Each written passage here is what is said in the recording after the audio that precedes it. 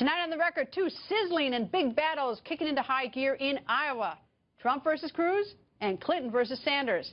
And right now, Donald Trump is leading in most Iowa polls. The newest poll, Monmouth poll, of likely Republican Iowa caucus goers says Donald Trump is still #1 with 30%. Senator Ted Cruz, a significant 7 points behind at 23%. That's second place. Senator Marco Rubio in third place with 16%, and Dr. Ben Carson at 10%. No other candidate breaking double digits. Trump is dominating the polls, but with so many undecided voters, is Trump's decision to skip the GOP debate the best plan? And which candidate has the smartest strategy to win the vote of new Iowa caucus goers? Former senior advisor to President George W. Bush, Karl Rove, goes on the record. Karl, good evening. And Donald Trump's strategy, and it's been going on for the last 24 hours. He says he's not going to be there at the debate. Tell me about that strategy, what you think about it. Well, I think it's a high-risk strategy. You know, debates haven't been his forte, but he has held his own, and it just strikes me that this shows a, you know, sort of a contempt. It's an act of disrespect towards Iowa and the Iowa process and Iowa voters. I can't be up on that stage. I'm afraid of Megyn Kelly. I'm going to go off and hold my own event.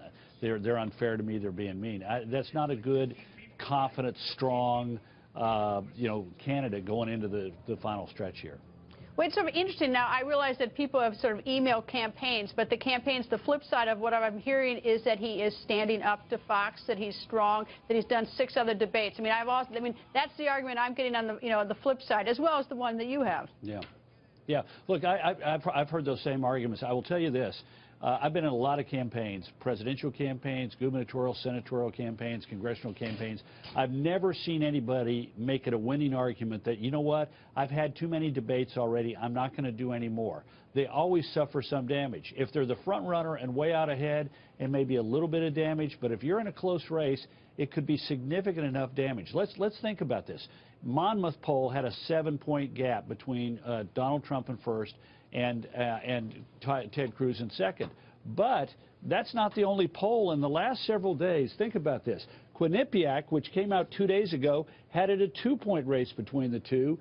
And the ARG poll, which came out on the same day, had it a 7-point like this, like the Monmouth poll. But the question is, where is the race? But wait a second. The Fox poll, though, the day before that, had Trump ahead by 11 points, which brings me to this, is that Gallup isn't doing these polls this time around. And as I understand it, Gallup isn't because of the inherent unreliability of all these polls.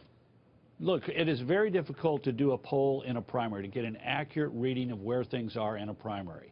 It's just inherently difficult because, you know, you're talking about a share of a larger share. You're talking about part of the Republicans, not all of the Republicans. You're not talking about a general election pool of voters, which is heavy turnout. You're talking about a much smaller. And then we're getting into an age. Let's admit it. We're in a period of time. We've passed through the golden age of public polling. Used to be we had people sitting at home and we had people with landlines and they would pick them up and answer them.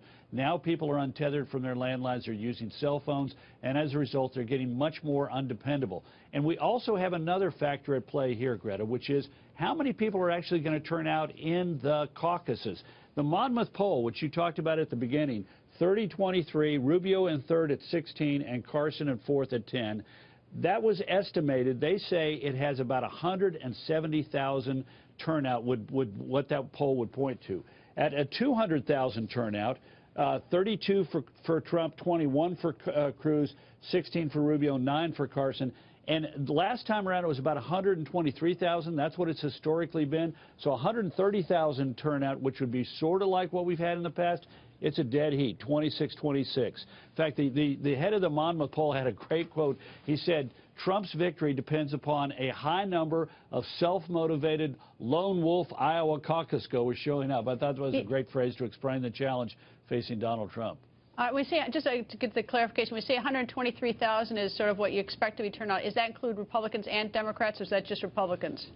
No, that's Republicans only, and that's what turned out in 2012, and what historically it's been about 120,000 or slightly less. Trump does better among people who are not regular caucus goers. Among people who are regular caucus goers, Ted Cruz actually leads. But where Trump gets his margin is among people who are Republicans, but don't vote in the caucuses. He leads there 44% to 20% for Rubio, 13% for Cruz.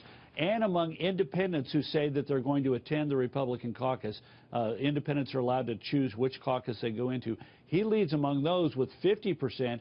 Rubio's in second with 20%, and Cruz is in third with 10%. So he's depending on an atypical turnout, people who do not turn out. Among those that turn out regularly, it's 26-26. Carl, thank you.